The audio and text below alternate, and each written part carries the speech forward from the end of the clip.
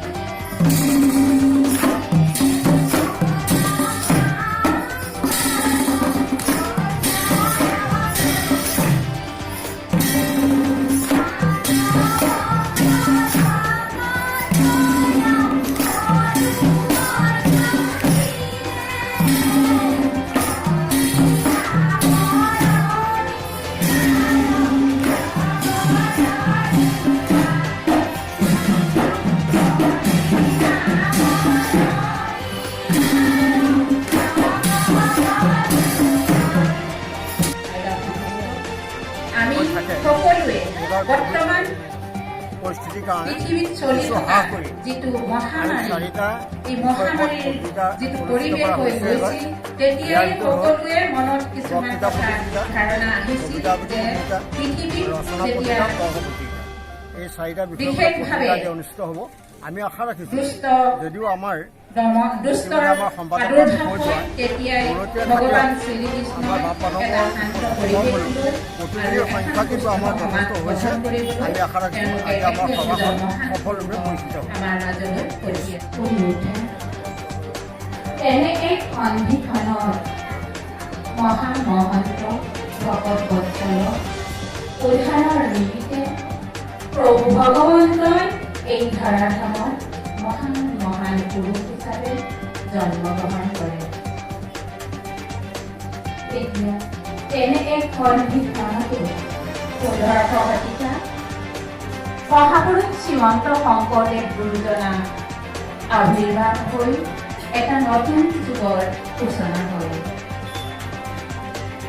এৰাৰ ধৰ্মৰাজি তেখেতে বেদ, উপনিষদ, গীতা, ভাগৱতৰ সাৰমৰ্ম পাৰি আনি মানৱৰ কল্যাণৰ হেতু আৰু সমাজত প্ৰতিষ্ঠা কৰাৰ নিমিত্তে, শুদ্ধ ধৰ্ম প্ৰতিষ্ঠা কৰাৰ নিমিত্তে এক শৰণ হৰিনাম ধৰ্ম আমাৰ মাজত প্ৰচাৰ কৰে।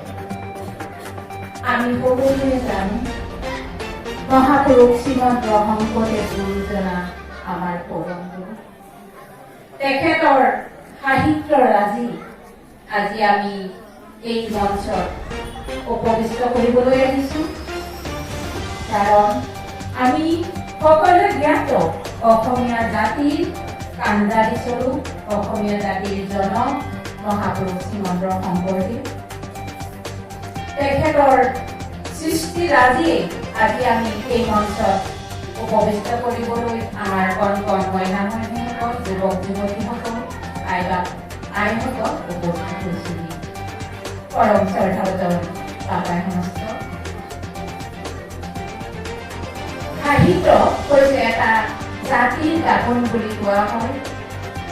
সেইকাৰণে শ্ৰীমন্ত শংকৰদেৱ গুৰুজনাই আমাৰ সমাজত যেটি অবিচাৰ দুৰ্নীতি চলি আছিল এই মুহূৰ্তত আমাৰ অসমীয়া জাতিক সংস্কাৰমুখী কৰি প্ৰতিষ্ঠা কৰিবৰ কাৰণে তেখেতে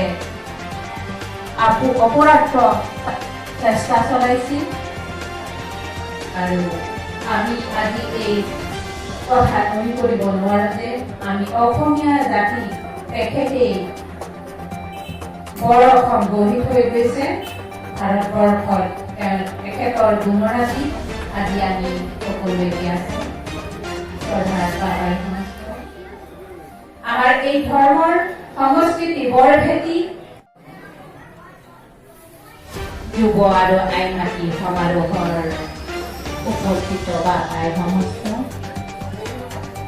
আপোনাসৱৰ চৰণত সেৱা জনা আমি আজি এই সভাভাগ উদ্বোধন কৰিবলৈ লৈছোঁ